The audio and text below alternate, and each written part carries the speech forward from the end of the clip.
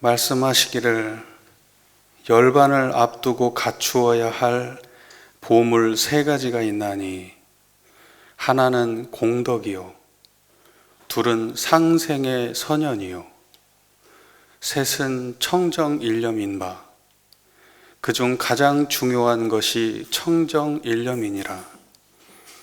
아무리 공덕을 쌓고 선연을 맺었다 하더라도 평소에 공부 없는 사람은 이것이 다 아상이나 착심의 자료로 화하기 쉽나니 공술의 공수고의 원리를 철저히 깨달아 최후 일념을 청정하게 하는 것이 제일 큰 보배가 아니고 무엇이리요. 정산종사법오 생사편 9장 말씀입니다.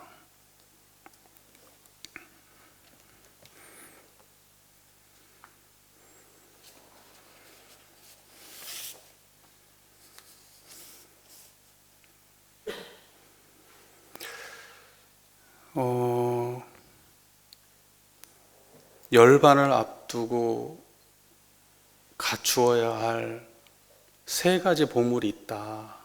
세 가지 보물이 있는데 하나는 공덕이고 둘은 상생의 선연이고 셋은 청정일념이다. 그 중에 세 번째 청정일념이 가장 중요하다. 이제 이런 본문이죠. 요지만 말씀드리자면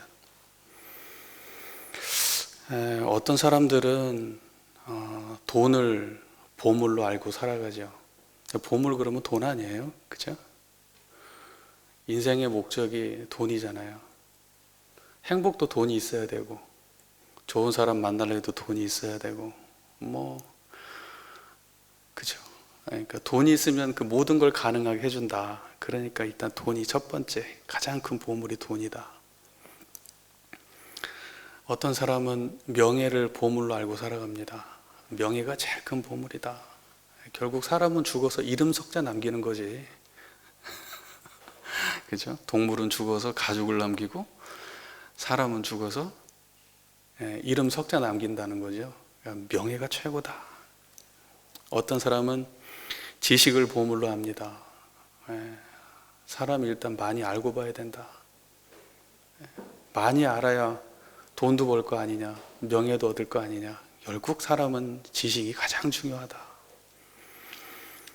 어떤 사람은 가족을 보물로 알고 살아갑니다. 그거 얻으면 뭐하냐? 가족이 불화하면 인생 아무것도 아니지 않냐? 결국 삶은 가족이다, 가족. 어떤 사람들은 건강을 보물로 합니다. 다 얻으면 뭐하냐? 건강 잃어버리면 아무것도 아니지 않냐? 돈이 뭔 소용이냐? 건강 없는데. 내가 아프고 나니까 가족도 다 소용없더라. 건강이 최고다.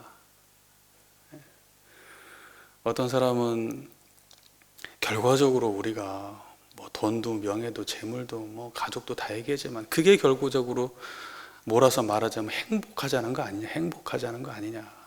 그러니까 결국은 행복이 최고다. 행복이 최고다. 사람들은 저마다 각자 나름대로 세상에 귀중한 것이 있다고 생각합니다. 따지고 보면 다 나름대로 의미가 있고 다 좋은 말이에요. 그것이 나쁘니까 하지 마라. 이제 이런 말을 하려고 하는 건 아닙니다. 자, 그런데 조금만 생각해 보면 죽음을 앞두고 이런 것들이 무슨 의미가 있을까? 죽음을 앞둔다면 우리가 이 생에 살아갈 때는 의미 있어요. 목숨 붙어서 살아갈 때, 젊을 때, 그죠? 돈도 쓸 수 있을 때, 어디 여행도 다닐 만하게 건강이 있을 때, 다 그런데 내가 이 모든 걸 놓고 죽음길을 떠나야 되는 상황이라면 이게 다 뭐예요?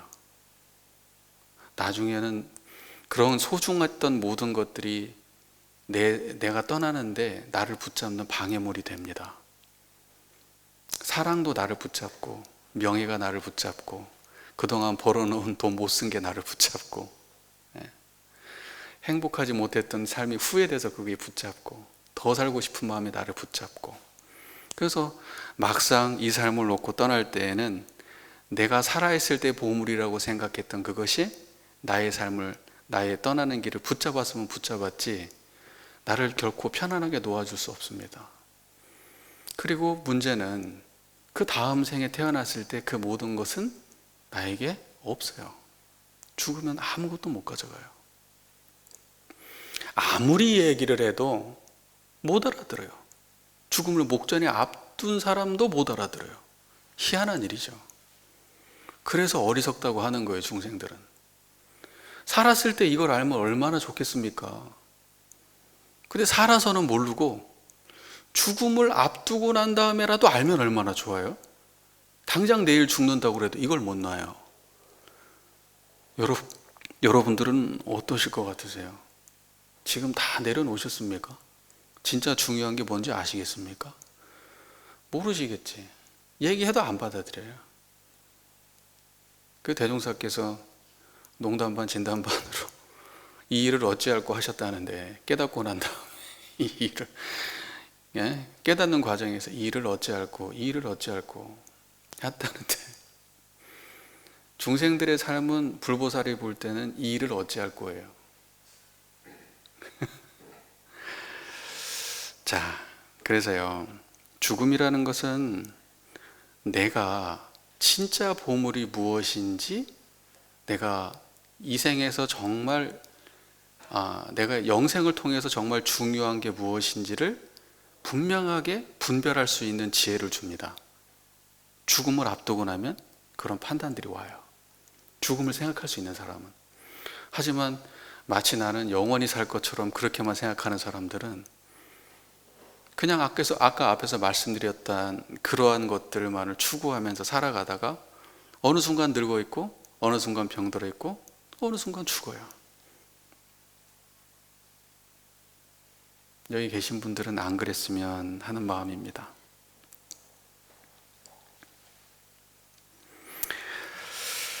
자, 여러분들께서는 인생의 마지막을 어떻게 정리하고 싶으십니까?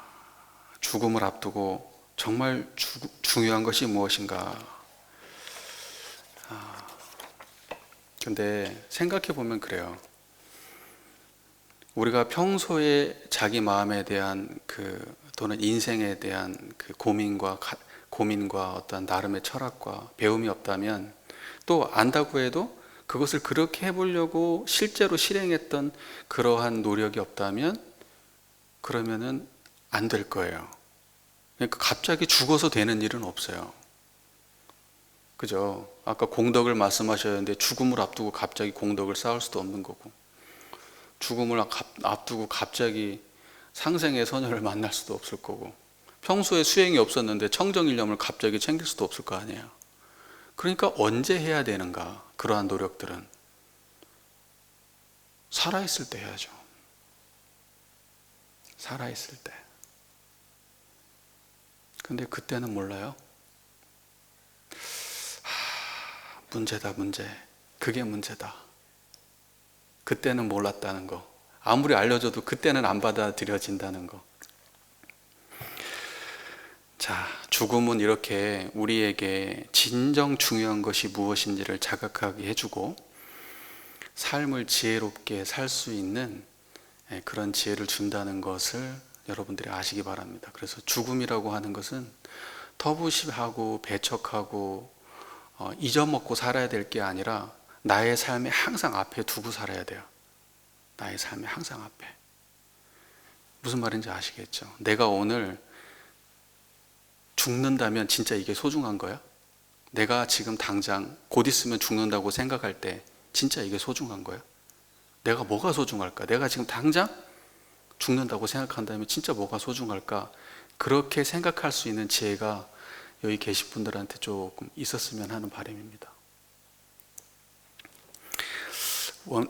아까 이 법문 말씀에 원불교 2대 종법사님이셨던 정산종사님의 법문이거든요. 자, 첫 번째 공덕이라고 말씀하셨는데 정산종사님의 법문 말씀 중에서 공덕에 대한 말씀이 있어요. 그건 무본편 18장의 말씀인데 이렇게 되어 있습니다. 공덕을 짓는 데에는 세 가지 법이 있다. 세 가지의 공덕이 있다. 공덕은, 자, 아까 그 공덕이고 상생의 선연이고 청정일념이라고 말했잖아요, 보물이. 근데 첫 번째 공덕은 공덕에 세 가지가 있다는 거예요. 그럼 세 가지가 뭐냐면, 첫째는 심공덕이라, 마음으로 짓는 공덕이라, 남을 위하고 세상을 구원할 마음을 가지며 널리 대중을 위하여 기도하고 정성을 드리는 것이요, 이렇게 말씀하셨습니다. 그러니까 공덕을 짓는데 심공덕은 뭐냐? 세상을 위해서, 세상이 좋아지기를 바라는 마음을 갖는 거예요. 그 공덕이 심공덕이에요. 그러니까 나 혼자 잘 먹고 잘 살고 이런 마음은 공덕이 아니에요.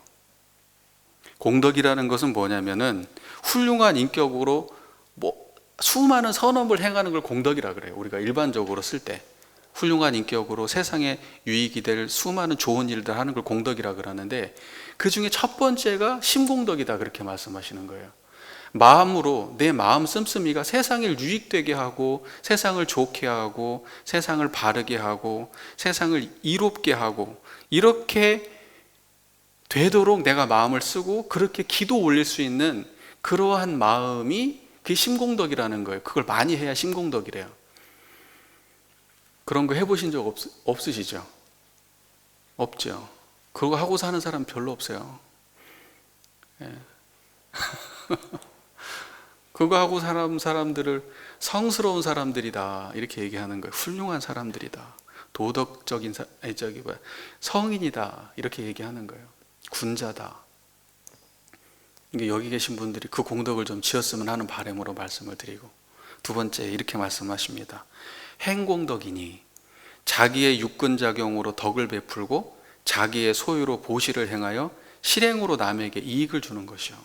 마음도 그렇게 품을 뿐만이 아니라 실제로 행위를 하는데 내가 육근을 작용하는 데 있어서 남에게 유익 주는 항상 그런 마음으로 내 육근을 작용하는 거예요.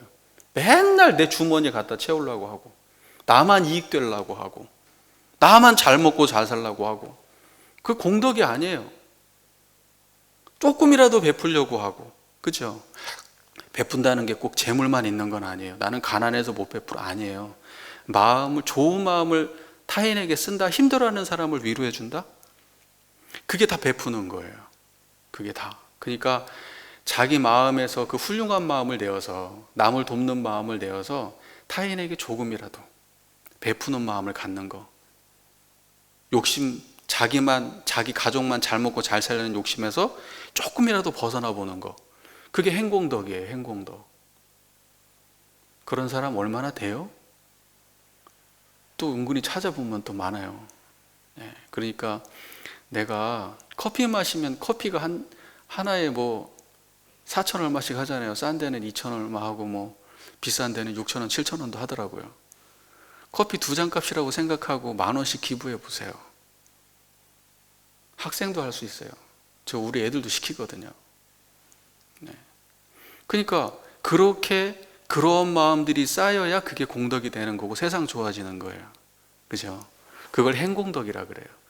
한번 해보세요. 예? 별로 어려운 거 아닙니다. 여러분 TV에서 보면 어디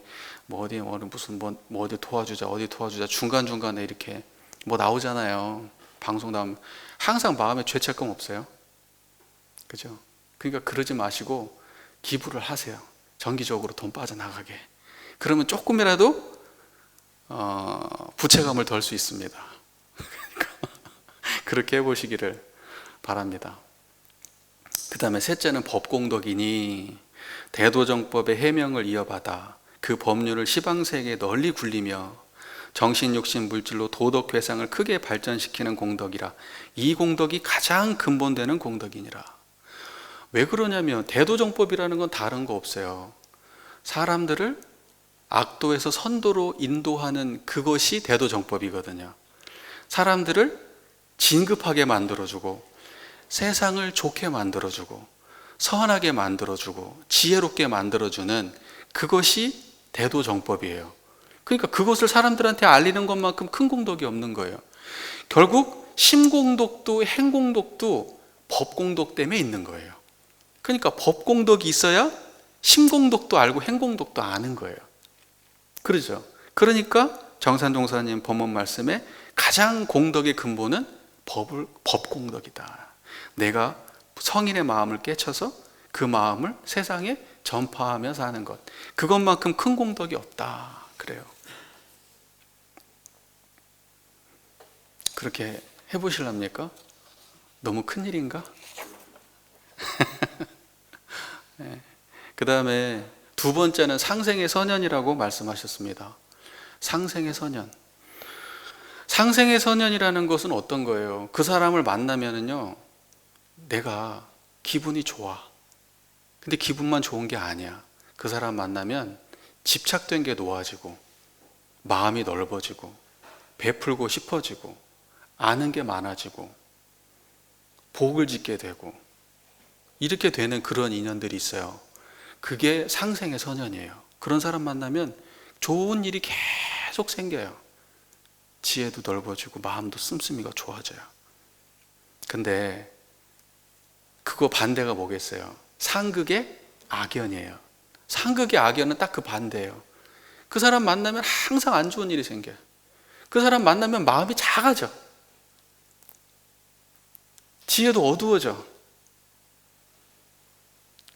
무슨 말씀인지 아시겠어요? 그러니까 큰 사람을 만나면 같이 커지는데 작은 사람을 만나면 작아져요. 큰다는 건 뭐예요? 큰 사람을 만난다는 건 내 마음에 여유 있고 베풀고 수용적이고 포용적인 거예요. 그리고 다른 사람들의 말을 다른 어떠한 특정한 견해에 집착하지 않는 거예요. 그리고 편착심이라고 하는데 편착심이 없는 거예요. 그런데 마음이 작은 건 어떤 거예요? 항상 자기 욕심만 챙기고 생각이 편협해. 한쪽으로 많이 기울었어요. 이런 사람들 만나면 작은 사람들이에요. 그러니까는 상생의 선연을 만나야 되겠습니까? 상극의 악연을 만나야 되겠습니까? 네. 그러니까 여기 이제 앞으로 두 분은 시집 가셔야 될 거 아니야. 애인 만나야지. 어떤 놈 만날 거냐고. 상생의 선연을 만나야 될 거 아니야. 나쁜 놈 좋아하지 마세요. 예. 철없는 분들이 꼭 그래. 그 나쁜 놈들 좋아해요. 멋있나 봐. 예. 그러고 난 다음에 인생 고달프죠. 여기 계신 분들은 이제 그러지 않을 거예요. 보통 뭐 여자는 남자를 고를 때 아빠를 모델로 삼고 또 남자는 엄마를 모델로 삼는답니다. 표정이 보니까 아닌가 보다. 그치? 중요한 건 내가 타인을 그렇게 타인을 그런 사람을 만나려고 한다면 그러면 내가 그런 사람이 되어야 돼. 이게 중요한 지점이에요. 나는 그런 사람이 아니면서 그런 사람만 만나고 싶다는 마음도 안 날 뿐만이 아니라 설사 그런 마음으로 사람을 찾는다면 그 인연은 와지질 않아. 그러니까 상생의 선연을 만나야 된다는 건 내가 그런 사람이 되어야 한다는 전제가 있는 거예요. 여러분들이 그런 사람이 되어야 되지 않겠습니까? 누군가에게. 네, 그게 두 번째 보물이래요. 그 다음에 세 번째는 청정일념이랍니다. 청정일념. 청정일념은 제가 이 앞에서 말씀드리고 난 이후부터 한 번도 빠짐없이 얘기한 게 청정일념이죠. 뭐 의식행위가 다 청정일념 하나 드러내자는 거고 경전도 청정일념이라는 소리가 꽉 차 있어요. 그러니까 청정일념이 가장 중요한 건 분명해. 자 보세요. 청정일념이 중요한 것은 정산종사님 법문 말씀대로 자 보세요. 공덕을 지었어. 공덕을 지었는데 그 공덕을 청정일념으로 지은 게 아니면 마음속에 흔적이 남아요. 공덕 지었다는 흔적이. 베풀었으면 베풀었다는 흔적이. 그죠? 그러고 난 다음에 그러면 나중에 어떻게 될까요? 베풀었다는 그것 때문에 도리어 안 좋게 된단 말이야. 그 다음에 상생의 선연이라고 만났는데 집착을 해. 인연에. 그러면 아무리 좋은 인연이라도 못 견디고 갈라지게 돼 있어요. 악연으로 끝나게 돼요. 그러니까 결과적으로 공덕도 청정일념으로 지어야 하고 인연도 청정일념으로 만나야 돼요. 그러니까 청정일념이 아니라면 공덕도 원만한 공덕이 아니고 인연도 원만한 인연이 아니에요. 무슨 말인지 아시겠죠? 그러니까 청정일념이 가장 중요하다고 말씀하시는 거예요. 자, 대종경 인도품 17장에 이런 말씀이 있어요. 여러분들 이제 이런 상이라는 말 안 들어봤죠? 상. 마음속에 어떤 생각과 고정관념과 또는 어떤 집착하는 마음이 있는 거기 상이거든요. 그걸 상이라고 하는데, 자 보세요. 대종경 인도품 17장에 이런 말씀이 있어요. 제가 저번에 이웃집 가난한 사람에게 약간의 보시를 하였사더니, 이공주라는 제자가 대종사님 앞에서 말해. 내가, 이 사람이 부자였어요. 왕가 사람이에요. 그 이웃집에 가난한 사람한테 이렇게 베풀었어요. 그가 그 후로는 저희 집 일에 몸을 아끼지 아니하오니 복은 지을 것이 없고 지으면 받는 것이 그와 같이 역력함을 알았나이다. 내가 복 지으니까 그 사람이 나한테 그거 잘하더라. 그러니까 복은 짓는 거고 지으면 온다는 걸 내가 분명히 알겠습니다. 이렇게 대종사님한테 말씀하시니까 대종사 말씀하시기를, 그대가 복을 지으면 받아지는 이치는 알았으나 잘못하면 그 복이 죄로 화하는 이치도 아는가? 이렇게 물어봐요. 아까 이게 상의 문제입니다. 상의 문제. 공주 사례기를 복이 어찌 죄로 화하겠나이까? 대종사 말씀하시기를, 지어놓은 그 복이 죄가 되는 것이 아니라, 복 지은 것이 죄가 된다는 게 아니야. 그게 아니라 복을 지었던 그 마음이 죄를 짓는 마음으로 변하기도 한다 함이니. 범상한 사람들은 남에게 약간의 은혜를 베풀어 놓고는 그 관념과 상을 놓지 못하므로 저 은혜 입은 사람이 혹 그 은혜를 몰라주거나 배은망덕을 할 때에는 그 미워하고 원망하는 마음이 몇 배나 더하여 지극히 사랑하는 데에서 도리어 지극한 미움을 이뤄내고 작은 은혜로 도리어 큰 원수를 맺음으로 선을 닦는다는 것이 그 선을 믿을 수 없고, 선을 닦는다고 공덕을 베풀었는데 그 공덕 믿을 수 있어요? 없어요?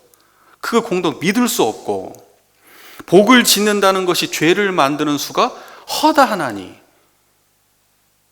그러므로 달마께서는 응용무념을 덕이라 한다 하셨고, 노자께서는 상덕은 덕이라는 상이 없다 하셨으니, 공부하는 사람이 이 도리를 알고 이 마음을 응용하여야 은혜가 영원한 은혜가 되고 복이 영원한 복이 되어 천지로 더불어 그 덕을 합하게 될 것이니, 그대는 그 상없는 덕과 변함없는 복을 짓기에 더욱 꾸준히 힘쓸지어다.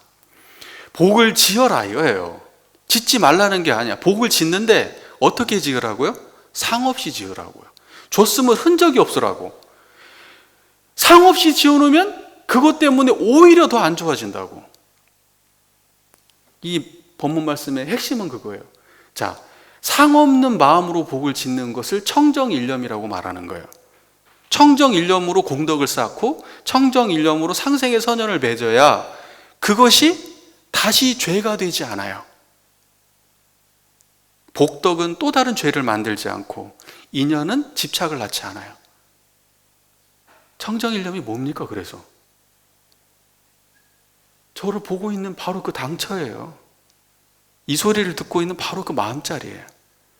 청정일념을 구하기 위해서 돈을 쓸 필요 없고요, 어디 유명한 절에 찾아다닐 거 없고 누구 만나려고 노력할 거 없어요. 이미 여러분의 마음속에 그냥 청정한 한 마음이 이미 있어요. 지금도 이미 드러나 있고 그걸 모를 뿐이야. 그걸 모를 뿐. 근데 그게 가장 중요하다는 거예요. 자, 그럼 여기에서 사람이 죽어서 떠날 때는 아무것도 못 가져간다고 했습니다. 그죠? 그러면 공덕은 가져가요? 못 가져가요? 공덕은 어떻게 가져갈 거예요? 이 몸으로 지었던 거 다 놓고 가는데, 내가 이 사람한테 뭘 베풀었는데 이 사람은 내가 지은 줄 몰라요. 다음에 만나면. 그 다음에 내가 상생의 선연은 다 놓고 가요? 가져가요? 놓고 간다고. 자, 그러면 청정일념은 놓고 가요? 가져가요? 청정일념은 자기예요. 자기라고. 그것은 내가 놓고 붙잡고 할 수 없어요. 그냥 원래 그게 자기예요. 그러니까 그 다음으로 건너가요. 그런데 왜 공덕을 지으라고 했을까? 왜 상생애를 만들라고 했을까? 내가 다음에 오는 곳이 어디겠어요? 공덕 지었던 그곳으로 오고 상생의 선연을 만들었던 그곳으로 오니까. 여러분 광주를 떠나서 서울에 갔다가 다시 광주로 온다니까요. 그런데 광주에서 좋은 인연이 많아, 내가 베푼 게 많아, 그러면 다시 광주에 왔을 때 여러분의 삶은 편해요, 괴로워요? 편해요. 근데 광주에다가 안 좋은 인연을 마심고 공덕이 없어. 그럼 서울 갔다가 다시 오면은 환영해 주는 사람이 있어요, 없어요? 그거하고 똑같은 거예요. 그거하고 똑같은 거예요. 우리가 살고 있는 이 세상을 상생의 세상으로, 공덕이 넘치는 세상으로 만들어 놓지 않는다면 우리는 다음 생에 와서 갈 곳이 없어요. 그러니 이 생에다 지어놓고 가십시오. 여러분이 지어놓은 그곳으로 다시 옵니다. 비슈입니까? 농담으로 한 번씩 제가 해요. 자, 그래서요, 오늘 정산종사 법어 생사편 9장 말씀으로 오늘 천도제 오제식을 기념해 드렸습니다. 마음속에 챙기시고 그 인연으로 박혜경 영가의 공덕이 더 드러나기를 염원드립니다.